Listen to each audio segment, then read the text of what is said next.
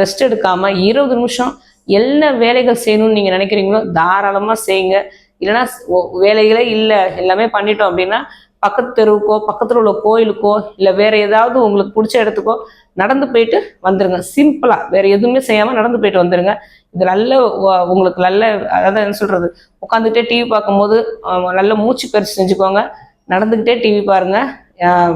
பொறுமையா கூட நடந்துக்கலாம், எது வேணா யோசிச்சுக்கலாம். அதே மாதிரி யோசிக்கும் போது நல்ல எண்ணங்கள் மட்டும் மனசுல வச்சுக்கோங்க.